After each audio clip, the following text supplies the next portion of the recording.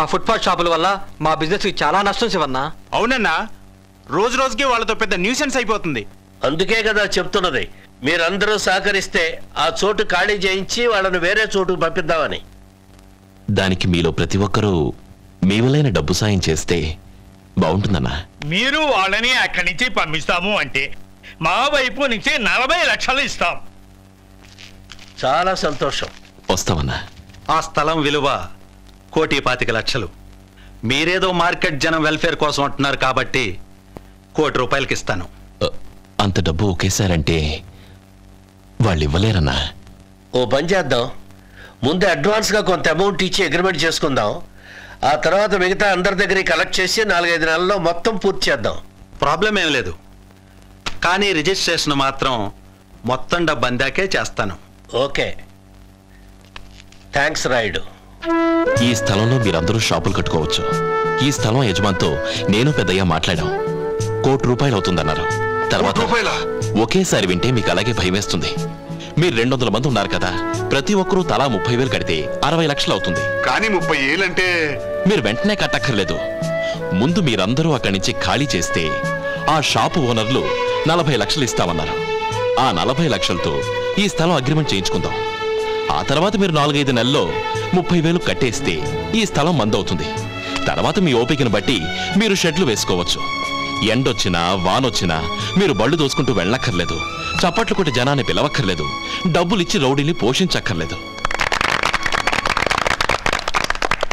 చూడండి, మనందరినీ ఇంతగా ప్రేమిస్తూ మన కోసమే పాటుపడుతున్న శివయ్యకు కృతజ్ఞతగా ఈ మార్కెట్ పేరు శివయ్య మార్కెట్ యార్డ్ అని పెడదాం.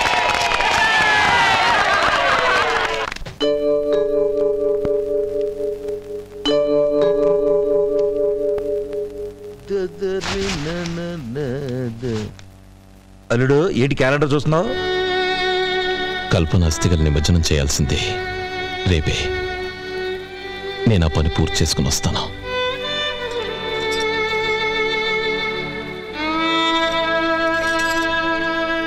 ఉంచుకున్న దానితో తిట్టేస్తావా? నువ్వు బాగుపడు, నా ఆశని అయిపోతావు. మనమంతా కష్టపడి 2 వారాలు ఇలాగే పనిచేశామంటే మనం అనుకున్నట్టుగా శివయ్య మార్కెట్ యార్డ్ తొందరగా ప్రారంభించవచ్చు. అవును పెద్ద, తమరు చెప్పింది కరెక్ట్. అదేమిటి, పోలీస్ జీపులు వచ్చినాయి, చూద్దాం రండి.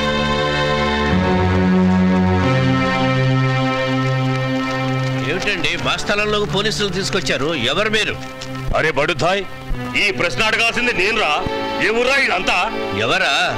వీళ్ళంతా ఈ స్థలం కొనుక్కున్న వాళ్ళు. నా స్థలం నాకు తెలకుండా కొన్నారా మీరు? మీ స్థలమా? ఈ స్థలానికి పూర్తి హక్కుదారుని నేను.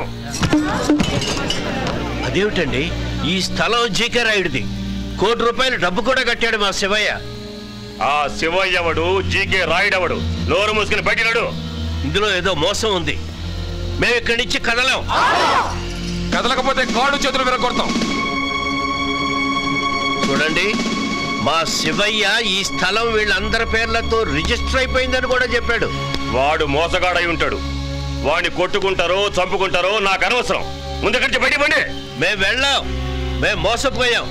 మా శివయ్య వచ్చేదాకా మేము ఇక్కడి నుంచి కదలం. అంతా కూర్చోండి, ఎవ్వరూ కదలద్దు.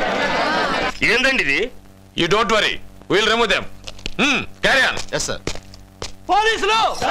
పోలీసులు! పోలీసులు! పోలీసులు! పోలీసులు! పోలీసులు! పోలీసులు! పోలీసులు!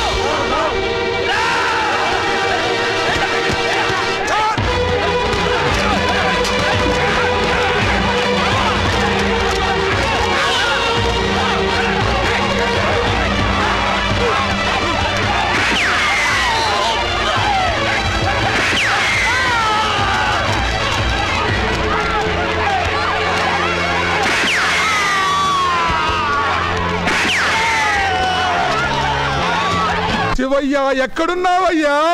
ఓం అయోధ్యా మధురామాయ కాశీ కాంచవంతిగా పురీ ద్వారావతి జయ సప్తైదే మోక్షదాయక కాశీ గమిష్యామి తత్రైవ నివసామ్యం కాశీ వాసవనందమే. బాబు, ఈ అస్థికలు తీసుకెళ్ళి గంగలో కలపండి. ఓం నమో బ్రహ్మణ్య దేవాయ గో బ్రాహ్మణ హితాయ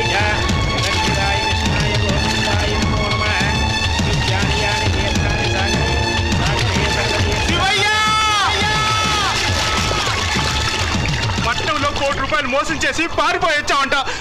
టీవీలో చెప్తున్నానన్నా. పేదోళ్ళకి దొంగ స్థలాలు ఇప్పించి వాళ్ళ దగ్గర డబ్బులు వసూలు చేసావంట అన్నా. పోలీస్ కాల్పుల్లో షాప్ వాళ్ళు 10 మంది చచ్చిపోయారంట అన్నా.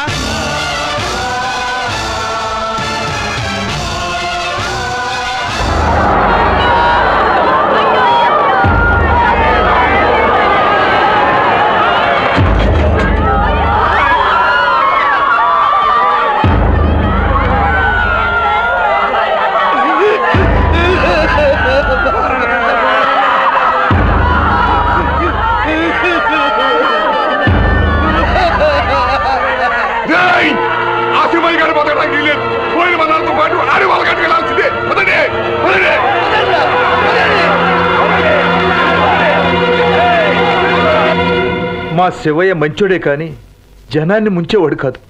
ఇందులో ఏదో మోసం ఉంది. అన్యాయంగా మా శివయ్యని ఇరికించారు.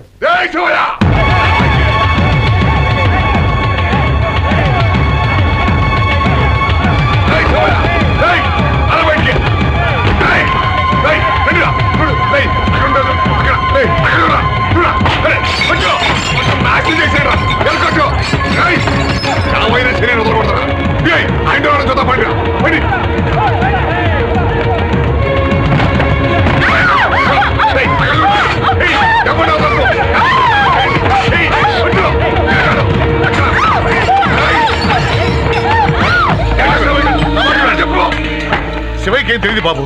అతను జనం కోసం బతికే మనిషి కానీ జనం మీద బతికే మనిషి కాదు. బాబాయ్ వీడు వాడి మంచి బాబాయ్.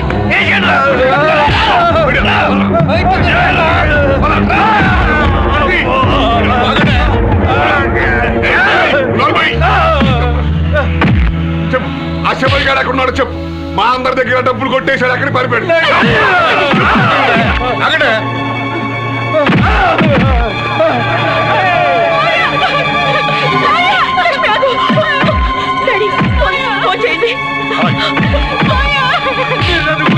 తప్పండి. శివయ్య మోసగాడు కాదు. మోసగాడు కాకపోతే కనిపించకుండా అక్కడ పోయారా?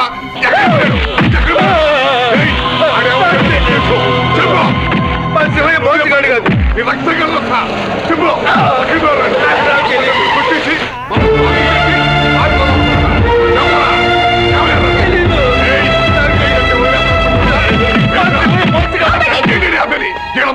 కుటుంబాలు పట్టుకొట్టుకుపోయింది. అందుకని మీరే చంపేస్తారా? కానిస్టేబుల్స్